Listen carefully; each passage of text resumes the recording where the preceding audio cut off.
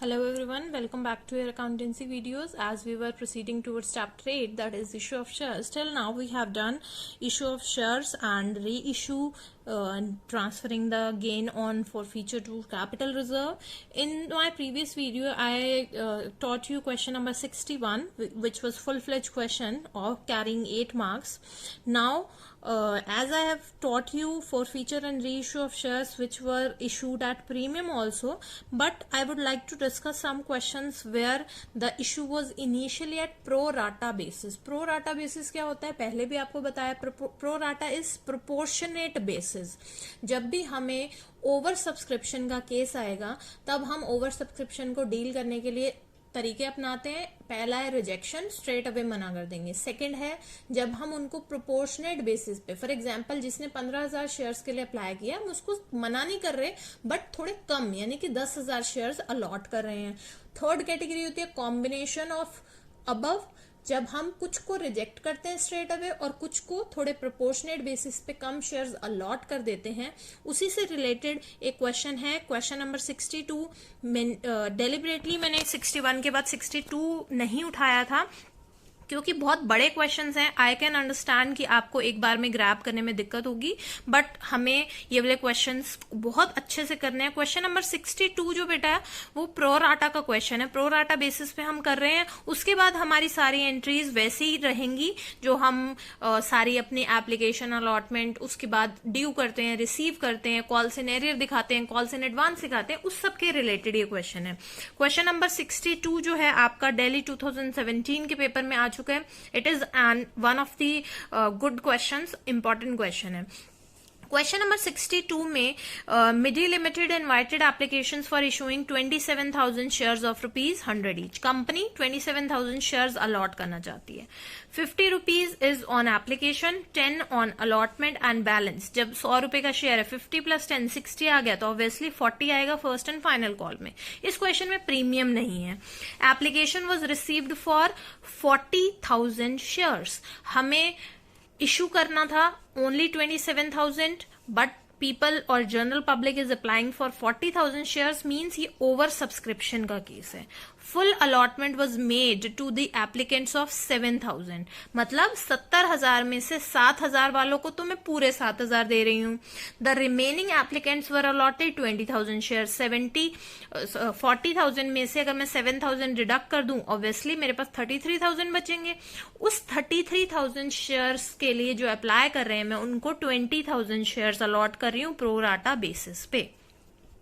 Excess money on application was adjusted towards allotment and call. एक चीज का आपको ध्यान रखना है, अगर लिखा हो excess money was to be adjusted towards allotment तो हम पूरा का पूरा पैसा अलॉटमेंट में डाल देते हैं. बट जब क्वेश्चन की लैंग्वेज ही कह दे कि आपको अलॉटमेंट में यूज करना है और फिर फर्दर कॉल्स में भी यूज करना है, तो हमें देखना पड़ेगा कि कितना पैसा हमें अलॉटमेंट के टाइम चाहिए, कितना कॉल्स के टाइम चाहिए, जिसके लिए मैं आपको एक एनालिसिस टेबल बनवाऊंगी जो थोड़ी सी कॉम्प्लिकेटेड है बट प्रैक्टिस के साथ आप कर सकते हो उसको. Asha holding 600 shares was belonging to the category of applicant to whom full allotment was made. मतलब ये फर्स्ट कैटेगरी से बिलोंग करती है. she paid the call money at the time of allotment. जो हमारा फर्स्ट एंड फाइनल कॉल का amount था 40 rupees का, वो उसने अलॉटमेंट के टाइम पे ही पे कर दिया. जब कोई एडवांस में पे कर देता है उसके लिए क्या टर्म यूज होती है? Calls in advance. Calls in advance हमारे बैंक के बैलेंस को बढ़ा देगा. किस टाइम पे? अलॉटमेंट के टाइम पे. और फर्स्ट कॉल के टाइम पे ऑब्वियसली उसको कम करेगा क्योंकि हमें कॉल्स इन एडवांस पहले ही रिसीव हो चुकी हैं. जब हमारा बैंक बैलेंस जो कि डेबिट साइड पे बढ़ रहा है, हम इस आइटम को कहां दिखाएंगे? क्रेडिट साइड पे, क्योंकि क्रेडिट और डेबिट का टोटल हमेशा इक्वल होता है. अब इसके बाद हमें क्वेश्चन में बताया Ankur who belonged to the applicant of category two whom shares were allotted on pro rata basis. That is the second category. जो 33,000 वालों को 20,000 हमने दिए थे, ये उस कैटेगरी से बिलोंग करते हैं. अंकुर did not pay anything after application on his 200 shares. On his 200 shares मतलब 200 शेयर्स उसको अलॉट किए थे. हम पहले निकालेंगे कि एक्चुअल में उसने अप्लाई कितने के लिए किया था. Ankur share were forfeited after first and final call, मतलब पूरे पैसे मंगवाने के बाद हमने उसके शेयर्स को कैंसिल किया। And they were reissued eight 105, bank में पैसा जाएगा 105 के हिसाब से। फुल्ली पेड अप तो शेयर कैपिटल में जाएगा 100 रुपए के हिसाब से। पास journal entries in the books of midday limited for the above transaction by opening calls in arrear and calls in advance account wherever necessary. जो पहले वाले क्वेश्चंस थे, मैंने आपको हमेशा बोला था कॉल्स इन एरियर या तो आप लिख सकते हो या उसको माइनस करके डायरेक्टली एंट्री कर दोगे। But if the question specifically asks you to open calls in arrear and calls in advance account, तो हमारे पास दोनों ऑप्शंस में से एक ऑप्शन कट हो गया है। अब हम डायरेक्टली माइनस नहीं करेंगे, जहां जहां पे भी एरियर है हम उसको कॉल्स इन एरियर के नाम से सेपरेटली शो करेंगे। सॉल्यूशन करवाने से पहले मैं आपको वर्किंग नोट्स प्रिपेयर करवा रही हूँ। वर्किंग नोट्स बहुत इंपॉर्टेंट है इस क्वेश्चन के अंदर। देखो, क्वेश्चन में बोला है अंकुर को 200 शेयर्स अलॉट हुए थे। जब हमें पता है कि वो प्रो राटा कैटेगरी से बिलोंग करता है तो हमें तो उसके अप्लाइड शेयर्स निकालने पड़ेंगे। कभी भी हम नंबर ऑफ शेयर्स अप्लाइड निकालना चाहते हैं, अप्लाइड निकालना चाहते हैं तो न्यूमरेटर में अप्लाइड रखते हैं, डिनोमिनेटर में अलॉटेड रखते हैं। यहाँ पे मैं टोटल की बात कर रही हूँ, total applied upon total allotted into his share, मतलब उसके शेयर्स कितने थे। अब मुझे ये देखना है कि अगर 200 शेयर्स उसको अलॉट हो चुके हैं तो उसने अप्लाई कितने के लिए किया था। मैंने लिखा टोटल शेयर्स अप्लाइड थे 33,000। अब एक और चीज का ध्यान रखना है, मैं टोटल 40,000 शेयर्स नहीं ले रही क्योंकि प्रो राटा कैटेगरी यहाँ अप्लाई हो रही है। 20,000 अलॉट हुए हैं, अप्लाई 33,000 के लिए हुआ था। मुझे यहाँ पे पूरे 40,000 को कभी नहीं लेना क्योंकि उसमें से 7,000 वो एक सेपरेट कैटेगरी से बिलोंग करते हैं जिनको फुल अलॉटमेंट हुआ है।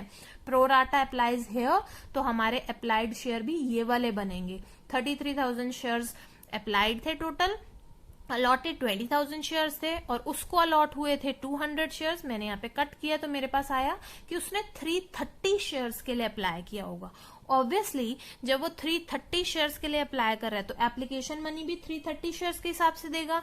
330 शेयर्स के हिसाब से एप्लीकेशन मनी उसने पे की 50 शेयर्स पे, बट हम उसको दे कितने रहे हैं, सिर्फ 200 शेयर्स, यानी कि उसने 130 शेयर्स के ऊपर एक्स्ट्रा एप्लीकेशन मनी पे कर दी। तो यानी यहाँ यही लिखा है एक्सेस एप्लीकेशन मनी। 330 में से 200 गए यानी कि 130 शेयर्स के ऊपर उसने 50 रुपए के हिसाब से पैसा एडवांस में दे रखा था। जब उसका 6500 एडवांस में आ रखा है तो हम उसको फर्दर अपने इंस्टॉलमेंट्स के टाइम पे एडजस्ट करेंगे। यस, एप्लीकेशन के बाद नेक्स्ट स्टेज क्या होती है, अलॉटमेंट की। अलॉटमेंट हम पहले ड्यू करते हैं, बाद में रिसीव करते हैं। अब मैंने लिखा अलॉटमेंट मनी ड्यू, हम कितने शेयर्स पे ड्यू करेंगे, 330 पे या 200 शेयर्स पे। ऑब्वियसली 200 शेयर्स पे, क्योंकि चाहे वो 330 शेयर्स के लिए अप्लाई कर रहा है but we are allotting him only 200 shares. तो हम 200 शेयर्स के ऊपर अलॉटमेंट मनी ड्यू कर रहे हैं कि 200 शेयर्स के ऊपर अलॉटमेंट मनी 10 रुपीज के हिसाब से उसको पे करनी थी, अमाउंट बनता 2000। हमने देखा उसके तो 6500 ऑलरेडी आ चुके हैं, 2000 उसको देने थे, मतलब उसने अलॉटमेंट के टाइम पे कोई भी डिफॉल्ट नहीं किया। और मैं उसके अगर एक्स्ट्रा पैसों में से अलॉटमेंट मनी डिडक्ट भी कर दूं तब भी मेरे पास कुछ एक्स्ट्रा बच रहा है जिसको मैं फर्स्ट एंड फाइनल कॉल के टाइम पे यूज करूंगी। मैंने देखा एक्सेस मनी थी मेरी 6500, अलॉटमेंट के टाइम पे मुझे चाहिए थे 2000, मैं 2000 डिडक्ट भी कर लूं तब भी मेरे पास 4500 रुपए एक्स्ट्रा बच रहे हैं। आफ्टर अलॉटमेंट हमारे नेक्स्ट स्टेज क्या है, फर्स्ट कॉल को ड्यू करना। फर्स्ट कॉल मनी मैंने ड्यू की 200 शेयर्स पे एट द रेट ऑफ 40, मेरे पास आया 8000 कि मुझे 8000 मंगवाने थे, जिसमें से 4500 तो मेरे पास ऑलरेडी आ चुके हैं उसके एडवांस में। तो उसने डिफॉल्ट कितने का किया, सिर्फ 3500 का। अब यहाँ पे एक इम्पॉर्टेंट पॉइंट है जिसको आप अपनी नोटबुक में चाहे कहीं पे भी लिख लेना, बुक पे लिख लेना, पर मैं पूछूंगी ये वाला पॉइंट आपसे कि अगर हमारी प्रो राटा कैटेगरी की बात हो रही है, डिफॉल्ट यहाँ पे मैंने कैलकुलेशन से निकाला कि फर्स्ट कॉल के टाइम पे उसका बनता 8000 था, अगर 4500 पहले ही आ रखे थे तो हमारा डिफॉल्ट कितने का बनेगा, सिर्फ 3500 का। तो मैं अपनी कैंसलेशन यानी कि फोर फीचर की एंट्री में सिर्फ 3500 ही दिखाऊंगी एज अ डिफॉल्ट। मैं टोटल 8000 शेयर्स नहीं दिखाऊंगी कि मेरे 200 शेयर्स थे, 40 रुपए के हिसाब से उसने फर्स्ट कॉल नहीं पे की, नो, क्योंकि उसका कुछ एडवांस आ चुका था तो डिफॉल्ट 3500 का बनेगा। प्लस चाहे क्वेश्चन में लिखा है ही डिड नॉट पे allotment on first call, but allotment के टाइम तो कोई भी डिफॉल्ट नहीं है, बिकॉज अमाउंट वाज 2000, उसने तो एडवांस ही 6500 दे रखा था। तो हम दिखाएंगे अलॉटमेंट के टाइम पे जीरो डिफॉल्ट, मतलब अलॉटमेंट को हमें दिखाना ही नहीं है कैंसलेशन की एंट्री में। फर्स्ट कॉल के टाइम पे डिफॉल्ट दिखाएंगे 3500 का। ये आपका बहुत इंपॉर्टेंट वर्किंग नोट है जिसको आपको प्रैक्टिस करना है। अब आप सीखोगे एनालिसिस टेबल बनाना। देखो यहाँ पे मैंने लिखा है issued 27,000 shares of ₹100 each, application के टाइम था 50, अलॉटमेंट के time 10, first and final call के टाइम पे 40। Total number of shares applied कितने थे? 40,000। मैंने 40,000 को दो कैटेगरीज में बांट दिया, 7,000 जिनको पूरे 7,000 मिल रहे हैं, बाकी जहां पे प्रोराटा अलॉटमेंट हो रहा है, प्रोराटा कहाँ हो रहा है, 33,000 वालों को मैं 20,000 शेयर दे रही हूँ। These are shares applied, these are shares allotted. कभी भी हम एप्लीकेशन मनी रिसीव करते हैं वो अप्लाइड शेयर के हिसाब से रिसीव करते हैं। मैंने एप्लीकेशन मनी 50 रुपए की 7,000 शेयर्स पे रिसीव की, 3,50,000। 33,000 शेयर्स पे रिसीव की, 16,50,000। मतलब टोटल मेरे पास 20 लाख की एप्लीकेशन मनी रिसीव हुई। 40,000 शेयर्स पे एप्लीकेशन मनी रिसीव हो रही थी at the rate of 50। 20 lakh आता, 20 लाख ही यहाँ लिखा है। बट मुझे एप्लीकेशन मनी चाहिए कितने की थी? सिर्फ 27,000 शेयर्स के हिसाब से। 27,000 शेयर्स के हिसाब से अगर मैं 50 से मल्टीप्लाई करूं तो मेरे पास आता है 13,50,000। मैंने इसको फर्दर दो कैटेगरीज में डिवाइड कर रखा है कि जिन 7,000 वालों को पूरे 7,000 मिल रहे हैं तो कितना एप्लीकेशन मनी का अमाउंट था? 7,000 इंटू 50, 3,50,000। मतलब कुछ भी एक्सेस नहीं है। सेकेंड कैटेगरी के केस में हम अलॉट कर रहे हैं अगर 20,000 शेयर, एप्लीकेशन मनी 50 के हिसाब से थी, चाहिए कितना था? 10 लाख, मिला कितना है? 16,50,000। तो एक्स्ट्रा कितना हुआ? 6,50,000। ये आपकी एनालिसिस टेबल है। एप्लीकेशन मनी रिसीव्ड ये है, एप्लीकेशन मनी रिक्वायर्ड ये थी। अगर मैं रिसीव्ड देखूं ज्यादा है, उसमें से रिक्वायर्ड को माइनस कर दूं तो मेरे पास एक्सेस मनी बच जाएगी। अब यहाँ पे हमें ये चीज का ध्यान रखना है कि एक्सेस मनी बच रही है उसको हम फर्दर अलॉटमेंट और फर्स्ट कॉल के टाइम पे यूज करेंगे। अब मैंने अपनी अलॉटमेंट मनी ड्यू की, अलॉटमेंट मनी ड्यू की 7। अब मुझे अप्लाइड के शेयर्स की कैटेगरी को नहीं देखना, सारी यहीं के हिसाब से एंट्रीज होंगी। मेरे 7,000 अलॉटेड शेयर्स थे, अलॉटमेंट मनी कितने के हिसाब से थी? 10 के हिसाब से। तो मैंने ड्यू कर दी अलॉटमेंट मनी 7,000 इंटू 10, 70,000। फिर मेरी नेक्स्ट कैटेगरी थी 20,000 शेयर्स पे at the rate of 10, 2 lakh. अब मैंने देखा कि मेरे पास ड्यू अमाउंट था 70,000 और 2 लाख। जब मैंने एक्स्ट्रा अमाउंट की बात की, मेरे पास तो पहली कैटेगरी के लिए कुछ भी एक्स्ट्रा नहीं था, तो पूरा का पूरा मैं अब रिसीव करूंगी। मैंने लिख दिया अलॉटमेंट मनी रिसीव्ड 70,000। फिर मैंने देखा कि 2 लाख रुपए का अमाउंट मेरा अलॉटमेंट के टाइम पे ड्यू था, बट ऑलरेडी मेरे पास 6,50,000 आ चुके थे, तो मैं इसी एक्स्ट्रा में से इस 2 लाख को एडजस्ट कर लूंगी। फिर भी मेरे पास यहाँ पे स्टिल एक्सेस कुछ बचेगा। यहाँ पे मेरे पास अभी भी एक्स्ट्रा बच रहा है 4,50,000। तो मैंने रिसीव कितना किया? 0, क्योंकि मेरे पास 2 लाख का पूरा 2 लाख पहले ही आ चुका था, तो मैंने रिसीव किया 0। तो मैंने यहाँ पे क्या दिखाया? Allotment money received 70,000। इसको मैं फर्दर चेंज करूंगी क्योंकि यहाँ पे एक और पार्टी की बात होगी जो एडवांस में पे करेगी, ठीक है। फिर हमने क्या किया? अलॉटमेंट मनी रिसीव कर ली। उसके बाद नेक्स्ट स्टेज क्या होती है? फर्स्ट कॉल मनी ड्यू करने की। 7,000 शेयर पे फर्स्ट कॉल मनी ड्यू करेंगे, 7,000 इंटू 40, 2,80,000। फिर 20,000 शेयर के ऊपर ड्यू करेंगे 20,000 इंटू 40, 8 लाख रुपए। तो मेरी फर्स्ट कॉल मनी ड्यू कितनी हुई? इसका टोटल किया मैंने, आ गया मेरे पास 10,80,000। अब देखो पहले केस में मेरे पास एक्स्ट्रा कितना था? 0। तो मुझे पूरा 2,80,000 मंगवाना पड़ेगा। मैंने लिखा फर्स्ट कॉल ड्यू इतना, फर्स्ट कॉल रिसीव्ड इतना। दूसरी कैटेगरी के केस में मेरे पास अभी भी 4,50,000 एक्स्ट्रा बच रहा था, तो मैं 8 लाख में से 4,50,000 को माइनस करूंगी कि मेरे पास 3,50,000 आना चाहिए। मैंने देखा 2,80,000 पहली कैटेगरी से आना चाहिए, 3,50,000 दूसरी कैटेगरी से आना चाहिए, मेरे पास यानी कि टोटल 6,30,000 आना चाहिए अमाउंट। फिर मैं क्या देख रही हूं कि मेरे पास 6,30,000 रुपए जो आने चाहिए थे उसमें से 24,000 रुपए पहले ही एडवांस में आ चुके हैं, क्योंकि एक और शेयर होल्डर था जिसने एडवांस में पे कर दिए थे, जिसका नाम था आशा। आशा वाज होल्डिंग 600 शेयर्स और उसने अलॉटमेंट के टाइम ही अपने पैसे दे दिए थे 40 रुपए के हिसाब से, तो मैंने उसको डिडक्ट कर दिया कि 600 शेयर्स पे एट द रेट ऑफ 40 मेरे पास एडवांस में पहले ही पैसे आ चुके हैं।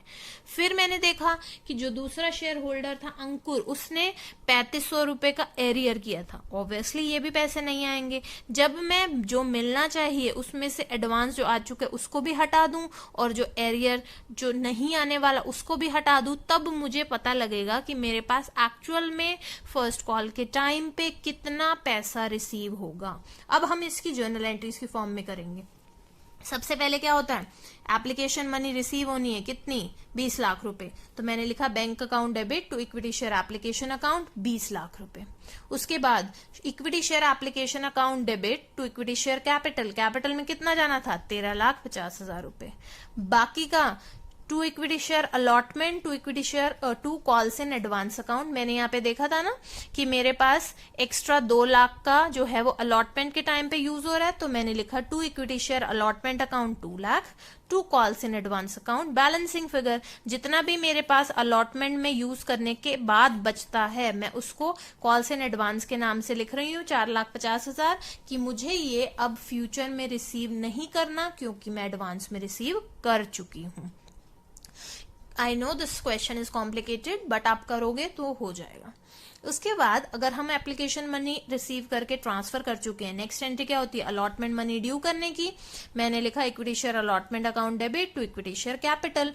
मेरे यहाँ पे 27,000 शेयर्स थे, 10 रुपए के हिसाब से अलॉटमेंट मनी मैंने ड्यू कर दी। फिर आप अगर ऊपर टेबल में जाओगे तो टेबल पे आप देखोगे allotment money due, allotment money received. Allotment money received में मैंने क्या निकाला था, 70,000 रुपए मुझे रिसीव करने हैं अलॉटमेंट की वजह से।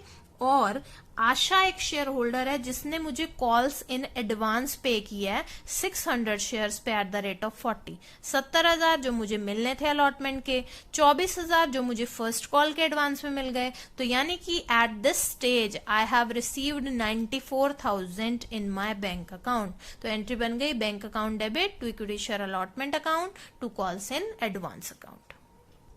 आफ्टर दैट हमें first and final call money due करनी है 27,000 शेयर्स पे एट द रेट ऑफ 40। हमने first and final call money due की, equity share first and final call account debit to equity share capital account being first and final call made due.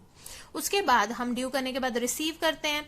अब 10,80,000 में से मेरे पास क्या क्या एडवांस में आ चुके हैं आप देखोगे अपनी सेकेंड एंट्री में 4,50,000 एडवांस में आ गया था और 24,000 आशा ने एडवांस दे दिया था। मतलब मेरा ये टोटल 4,74,000 एडवांस में रिसीव हो चुका है। अंकुर ने डिफॉल्ट किया था, वर्किंग नोट्स में से आप निकालोगे। बार बार मैं कह रही हूँ जो वो वर्किंग नोट्स हैं वो बहुत इंपॉर्टेंट है, क्योंकि अब कॉल्स इन एरियर हमारे यहाँ फर्स्ट कॉल के टाइम पे पूरे 8,000 नहीं बन रहे, 3,500 बन रहे हैं, क्योंकि 4,500 एडवांस में आ चुके थे फर्स्ट कॉल के भी। तो हमने लिखा calls in arrear account debit 3,500। जब मैं अपने 10,80,000 में से कॉल्स इन एरियर और कॉल्स इन एडवांस दोनों को डिडक्ट कर दूं तो मेरे पास क्या बचेगा, balancing figure.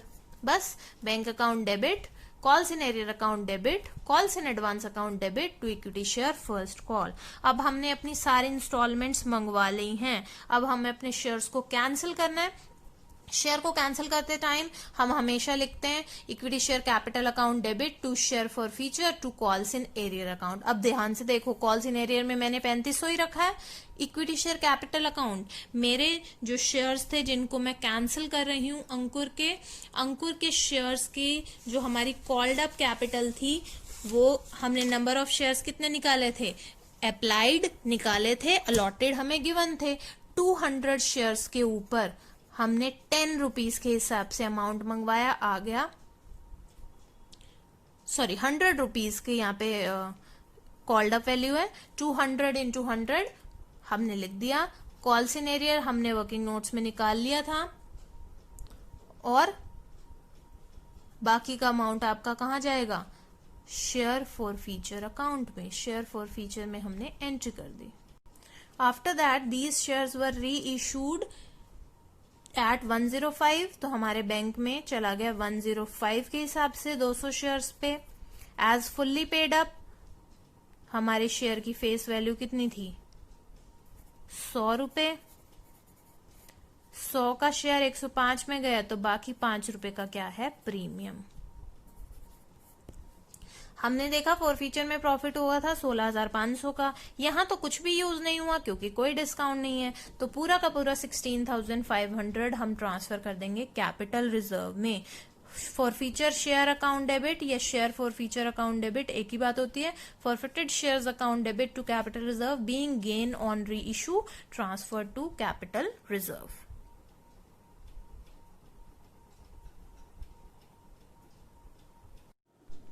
Now we will proceed towards question number 75. This question has come under 2016 paper. Sukanya Limited invited application for issuing 1 lakh equity share of ₹10 each. The shares were issued at a premium of ₹20 per share. अब ये premium वाला question है। Application and allotment इकट्ठी ही मंगवाई जा रही है 14 के हिसाब से, जिसमें 10 का प्रीमियम है। 10 का प्रीमियम है तो मतलब 4 रुपीज की कैपिटल है। फर्स्ट कॉल 8 रुपीज, 5 का प्रीमियम है तो 3 की कैपिटल है। फाइनल कॉल 8 रुपीज, 5 का प्रीमियम है तो 3 की कैपिटल। बाइफिकेशन करना जरूरी है क्योंकि जो ड्यू की एंट्रीज होती है उसके अंदर हम सिक्योरिटी प्रीमियम के हिसाब से अलग से मल्टीप्लाई करते हैं और शेयर कैपिटल के हिसाब से अलग से। Application for 96,000 share were receive. Company issue करना चाह रही है 1 लाख, बट एप्लीकेशन कम के लिए आ रही है, मतलब ये अंडर सब्सक्रिप्शन का केस है, तो प्रो राटा तो यहाँ पे अराइज नहीं हो सकता। बट यहाँ पे प्रीमियम बहुत लार्ज अमाउंट में है, और फॉर फीचर के टाइम पे आपको ध्यान रखना है कि किस पर्टिकुलर शेयर होल्डर ने प्रीमियम दे दिया था, कितना दे दिया था, उसके हिसाब से आपकी एंट्रीज चेंज हो जाएंगी। Rohit a share holder holding 7,000 share, holding 7,000 shares fail to pay both the calls, मतलब ना उसने फर्स्ट कॉल दी ना फाइनल कॉल दी। Namit a holder of 5,000 share did not pay the final call, मतलब उसने एप्लीकेशन अलॉटमेंट और फर्स्ट कॉल ऊपर के 2 दे दिए थे, थर्ड वाला जो था फाइनल कॉल उसने नहीं पे किया। The shares of Rohit and Namit were forfeited, दोनों के शेयर्स हम फोरफीट कर रहे हैं, but the level of payment of these share holder is different. तो हम इसकी कंबाइंड एंट्री भी कर सकते हैं, सेपरेटली भी कर सकते हैं, मैं आपको दोनों तरीकों से करवाऊंगी। Of the forfeited shares 8,000 shares including all shares of Rohit. अगर मैं टोटल 8,000 शेयर्स फॉरफीट किए हुए दोबारा से री इशू कर रही हूँ, जिसमें सारे के सारे रोहित के शेयर है। रोहित के शेयर कितने थे, 7,000। 7,000 रोहित के हैं, 8,000 में से तो 1,000 किसके हैं, नमित के। तो 7,000 ये वाले और 1,000 ये वाले शेयर्स हम फर्दर री इशू भी करेंगे एट ₹8। ये बैंक में जाएगा। एज फुल्ली पेड अप ये शेयर कैपिटल में जाएगा। पास journal entries for the above transaction in the books of Sukanya limited. सबसे पहले हम फॉर्मेशन बनाएंगे। मैंने देखा कि 1 लाख कंपनी इशू करना चाह रही है, बट लोग तो अप्लाई नहीं कर रहे। लोग जितने के लिए अप्लाई करते हैं हम उससे ज्यादा शेयर्स कभी अलॉट नहीं कर सकते, तो मैंने लिखा issued and allotted 96,000 equity share of ₹10 each at a premium of 20 पर शेयर। बाइफिकेशन कर दिया। 10 का प्रीमियम था तो 4 + 10 लिख दिया। 8 का प्रीमियम था 5 + 3, ऐसे करके हमने सारा बाइफिकेशन लिख दिया। रोहित ने एरर किया था फर्स्ट कॉल के टाइम पे एंड फाइनल कॉल के टाइम पे, मैंने दोनों के आगे लिख दिया कि ये एरियर है। नमित ने डिफॉल्ट किया था फाइनल कॉल के टाइम पे, तो यहां लिख दिया। यानी कि अल्टीमेटली फाइनल कॉल कितने शेयर्स पे नहीं आई, 12,000 शेयर्स पे। फर्स्ट कॉल कितने पे नहीं आई, सिर्फ 7,000 शेयर्स पे। हमने फर्दर फॉरफीट किए हैं 7,000 इसके और 5,000 इसके, टोटल 12,000 शेयर्स, बट उसमें से री इशू में सिर्फ 8,000 कर रही हूँ। सारे के सारे रोहित के शेयर हैं और 1,000 नमित के शेयर हैं। ये बात की चीजें हैं। सबसे पहले तो हम एप्लीकेशन मनी रिसीव करेंगे। इस क्वेश्चन के अंदर एप्लीकेशन एंड अलॉटमेंट इकट्ठा लिखा हुआ है चाहे, पर हमेशा आप एप्लीकेशन वर्ड देखते ही पहले उसको रिसीव करोगे, बाद में ट्रांसफर करोगे। तो हमने एप्लीकेशन मनी रिसीव की, bank account debit to equity share application and allotment. 96 के लिए लोग अप्लाई कर रहे हैं, उन्होंने 14 रुपीज का अमाउंट पे किया, हमने मल्टीप्लाई करके लिख दिया। अब इस 14 में 10 रुपए का तो प्रीमियम है और 4 रुपए की कैपिटल है, तो हमने बाइफिकेट करके दिखाना है। Equity share application and allotment account debit to equity share capital 4 rupees and 10 rupees for the security premium reserve. After receiving these amount, we need to due our first call. First call जब due करेंगे हमेशा premium due की entry में दिखाते हैं, तो हमने लिखा equity share first call account debit to equity share capital account to security premium reserve. 3 रुपए की मेरी शेयर कैपिटल है और 5 रुपए का मेरा रिजर्व है, तो हमें इक्विटी शेयर कैपिटल के अंदर 3 रुपए, रिजर्व के अंदर 5 रुपए और टोटल 8 रुपए के हिसाब से फर्स्ट कॉल मनी ड्यू करनी है। फिर हमने फर्स्ट कॉल मनी रिसीव की। आपने देखा था कि रोहित ने फर्स्ट कॉल मनी नहीं पे की थी। रोहित के पास कितने शेयर्स थे? रोहित के पास 7000 शेयर्स थे, तो मैं 96,000 में से 7000 अगर डिडक्ट कर दूं तो मेरे पास 89,000 शेयर्स के ऊपर अमाउंट रिसीव हो गया। मैंने यहाँ पे कॉल्स इन एरियर में दिखा दिया कि कॉल्स इन एरियर था कितने शेयर्स के ऊपर? 7000 शेयर्स के ऊपर।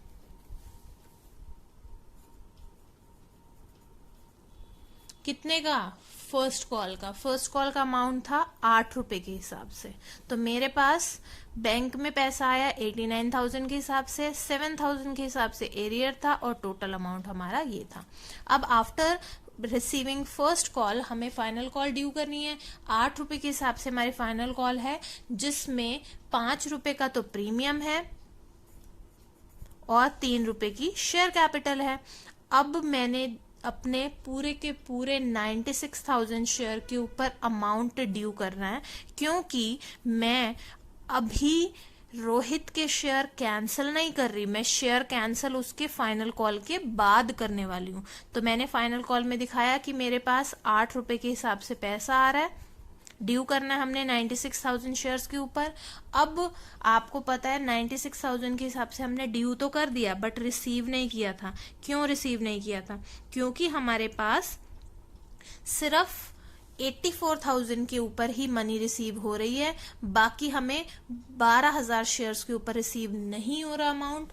12,000 शेयर्स पे एट द रेट ऑफ 8 मुझे अमाउंट रिसीव नहीं हो रहा और 84,000 शेयर्स के ऊपर मुझे अमाउंट रिसीव हो रहा है। तो मैंने दिखाया 84,000 शेयर्स के ऊपर एट द रेट ऑफ 8 मुझे अमाउंट रिसीव हो गया है और 12,000 शेयर्स पे नहीं हुआ था, तो मैंने अपने टोटल 7,68,000 शेयर्स में से 96,000 डिडक्ट कर दिए। यहाँ करने के दो तरीके क्या थे? मैं लिखती bank account debit 672,000, calls in arrear account debit 96,000 to equity share final call 768,000। तो आपके पास करने के दोनों तरीके हैं। पहले वाले केस में मैंने आपको कॉल्स इन एरियर लिख के बता दिया, दूसरे वाले केस में डिडक्ट करके बता दिया। आपको जो इजी लगे आप वो कर सकते हो। After receiving the amount on final call, हमें क्वेश्चन में बताया है द शेयर्स वर फॉरफिटेड। अब हम शेयर्स फॉरफिट कर रहे हैं टोटल 12,000 शेयर्स हम फॉरफिट कर रहे हैं फाइनल कॉल के बाद, यानी कि 12,000 शेयर्स के ऊपर एट द रेट ऑफ 10 हमें अमाउंट रिसीव करना था। This is your called up capital. Called, paid, unpaid, ये हमारा फॉर्मूला होता है।